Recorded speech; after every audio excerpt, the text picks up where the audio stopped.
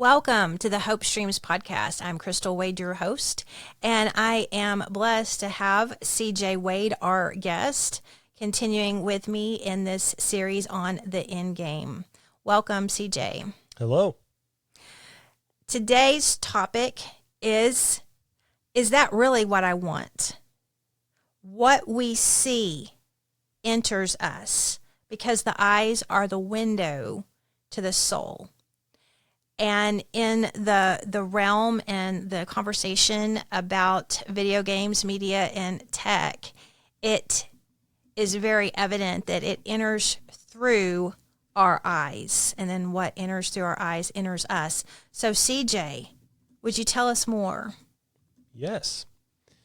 So it's no secret to anyone that the world is a scary and painful place, as has been talked about at length on the podcast already. People do anything they can think of to, at one end of the spectrum, take a break from the world. At the other end, escape it entirely. Seeing as not everyone can be an astronaut, we have to set our expectations accordingly. Some people like to get away by listening to music, reading, watching a movie or show. Games are much the same way, so let's go ahead and rate their levels of immersiveness from lowest to highest. Number 1, reading with little imagination. Number 2, music. Number 3, movies and shows. Number 4, reading with a lot of imagination. Number 5, games. Obviously, there are a number of caveats with this list. If you have a hard time separating fiction from reality, then movies and shows are going to be far more immersive than reading with a lot of imagination. My overall point is that we have reading, which engages one part of the brain more if you let it. Music, which engages the auditory part of the brain. Movies and shows, which engage the auditory and visual parts of our brains. And games, which engage the visual and the auditory, as well as the physical part interacting with the controls, the problem-solving part for puzzles, etc. Since games are the most immersive, they are the easiest to get detached from reality in. If you have trouble separating fiction from reality or just don't want to face reality, it can be dangerous. Why would someone not want to face reality? This varies from person to person, but generally it's to fill a hole or lack inside of themselves or trauma. We all know about the cranial exercise for young children, the one where the child has to recognize the shape in front of them and place it in the matching hole. It's a wonderful exercise that trains the young child's cognitive abilities. Similarly, we all have a God-shaped hole in ourselves. What, may I ask, will happen if we put something that is not God there? Do you have an idea? Well, I'm sure it's not going to lead to a good place. Nothing good.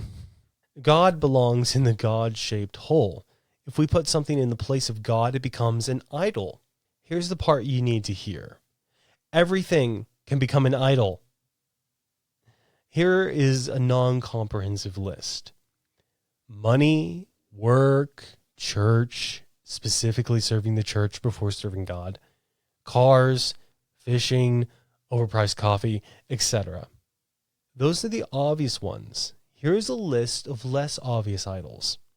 Family, husband, wife, children, grandchildren.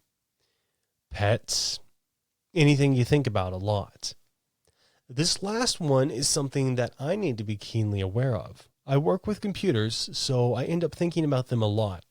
To me, they are tools, more similar to a power tool in terms of complexity than a run-of-the-mill hammer or screwdriver.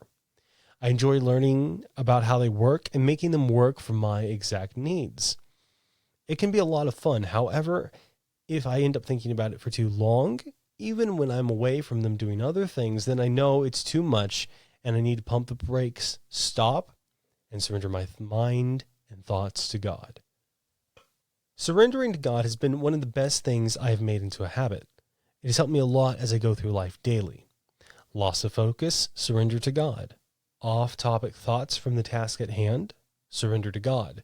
Something you really don't want to do but needs to be done, surrender to God. Wow, CJ.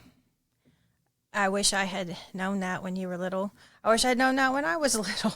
I wish, that maybe I had wanted to do it, because I know that there's times in our lives that we just, maybe feel like the Father is against us, maybe don't want to surrender to the Father because we haven't yet known in an experiential way that he really truly does love us, and that he's not withholding good from us.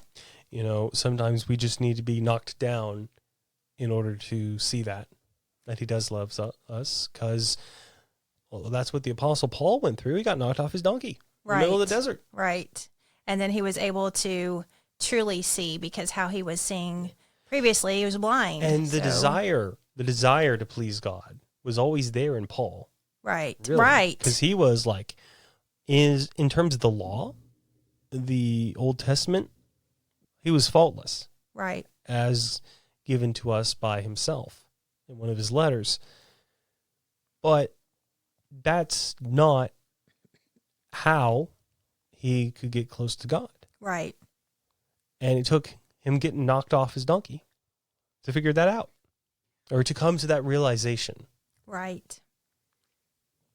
Exactly. And so it turns out to be a silver lining or a blessing in disguise when we go through a difficulty, be that being knocked off our donkey or what have you, so that we can truly see the Father, the Son, and the Spirit as they truly are.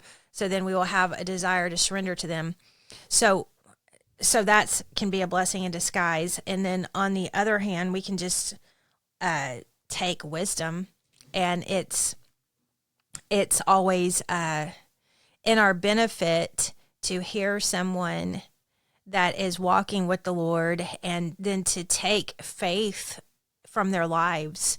That's what the writer of Hebrews 11 said: imitate their faith. Imitate their faith.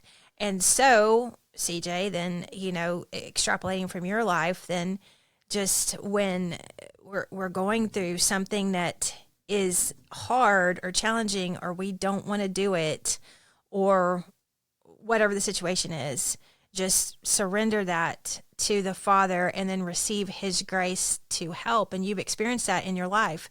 So then when we implement that, we can just implement it by faith and let him move in my life, let him move in our lives. So I appreciate you sharing that with us today. I invite you all to join us in the next concluding episodes of The End Game. There are some very important parts that the Father has prepared and has prepared us to share that you're not going to want to miss.